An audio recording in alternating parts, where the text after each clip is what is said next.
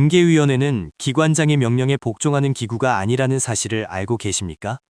징계 의결 요구권자가 제시한 징계 양정 의견이 위원회의 결정을 구속하지 않는다는 점이 핵심입니다. 오늘은 이 법리적 원칙과 실무적인 대응 방안을 누리 행정사님과 함께 심도 있게 분석하겠습니다. 많은 공무원분이 징계 의결 요구서에 적힌 양정을 보고 이미 결과가 정해졌다고 절망하시곤 합니다.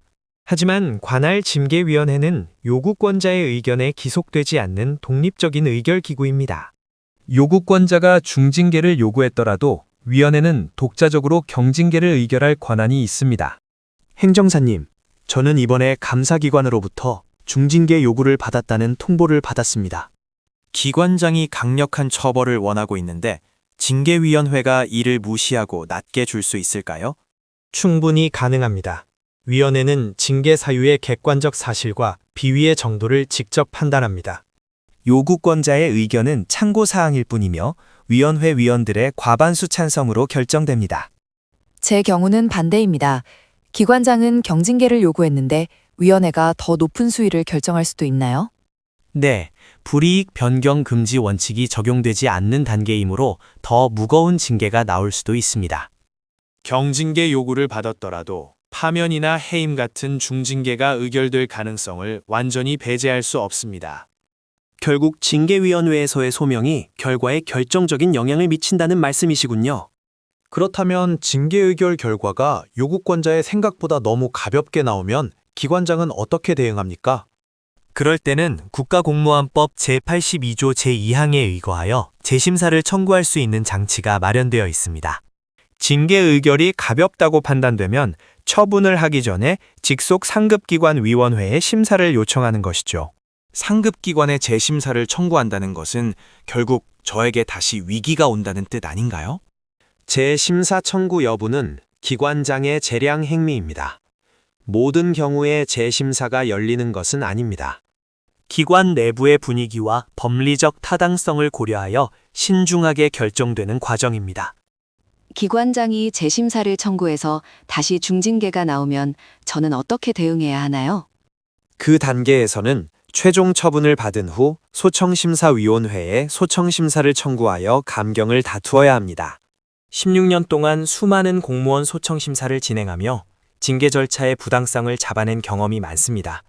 재심사 절차가 존재한다는 것은 대상자에게는 상당한 심리적 압박이 될 것 같습니다. 징계위원회 단계에서 소청심사까지 내다보는 전략적인 대응이 필요해 보이는데요. 맞습니다. 징계위원회 단계부터 논리적인 방어 논리를 구축해야 소청심사에서 인용 확률이 높아집니다. 요구권자가 중징계를 주장하더라도 그것이 재량권 일탈이나 남용임을 입증해야 합니다. 행정사님 말씀대로라면 요구권자의 의견에 기속되지 않는다는 점을 적극 활용해야겠군요. 그렇습니다. 위원들에게 해당 징계 양정이 왜 과한지를 법리적으로 설득하는 과정이 필수적입니다. 과거 판례나 비슷한 유형의 소청심사 인용 사례를 제시하며 감경의 정당성을 알려야 합니다. 혹시 기관장이 상급기관의 재심사를 청구하지 못하게 압박하는 방법도 있을까요? 압박보다는 위원회의 의결서 자체가 아주 치밀하고 논리적으로 작성되도록 유도해야 합니다. 의결 내용이 객관적이라면 기관장도 무리하게 재심사를 청구하여 상급기관의 눈치를 보지 않습니다. 징계의 종류인 파면이나 해임, 그리고 정직 같은 처분들이 대상자의 삶을 송두리째 바꿀 수 있죠. 징계위원회가 요구권자의 기속을 받지 않는다는 원칙은 공무원의 신분 보장을 위한 최소한의 장치 같습니다. 정확한 지적입니다. 만약 요구권자의 뜻대로만 흘러간다면 징계위원회는 형식적인 기구에 불과하겠죠.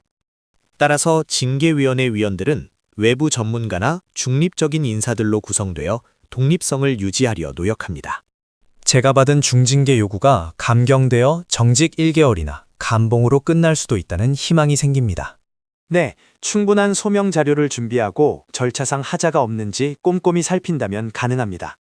만약 위원회 결과가 불만족스럽더라도 우리에게는 소청심사라는 강력한 불복수단이 남아 있습니다.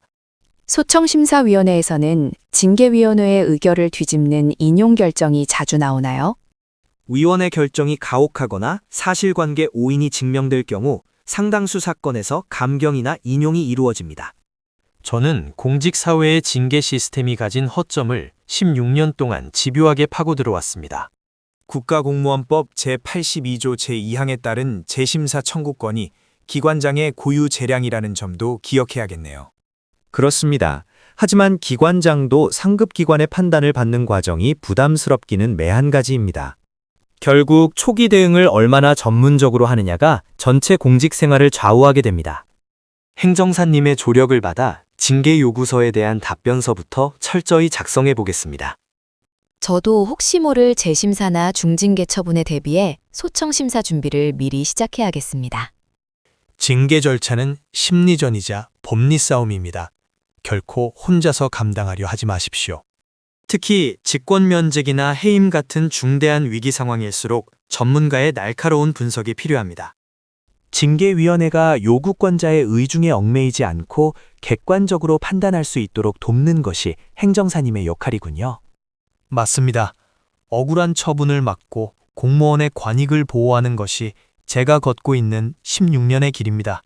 오늘 대담을 통해 징계 절차의 독립성과 재심사 제도의 실체를 명확히 알 수 있었습니다. 어떤 어려운 상황에서도 법적 구제 수단은 반드시 존재한다는 점을 잊지 마시기 바랍니다. 이제야 조금 마음이 놓입니다. 끝까지 포기하지 않고 대응해 보겠습니다. 저도 소청심사를 통해 제 명예를 되찾을 수 있도록 행정사님과 상의하겠습니다.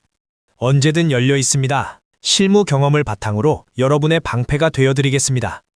긴 시간 동안 심도 있는 분석을 해주신 누리 행정사님께 다시 한번 감사의 말씀을 드립니다. 공직 생활 중에 마주하는 징계의 위기는 누구나 겪을 수 있는 시련일 뿐입니다. 전문적인 대응이 있다면 그 시련은 분명히 극복 가능한 대상이 될 것입니다. 소청심사는 복잡하지만 해결 방법은 분명히 있습니다. 16년 노하우로 길을 찾아드릴 테니 누리 행정사에게 문의하세요.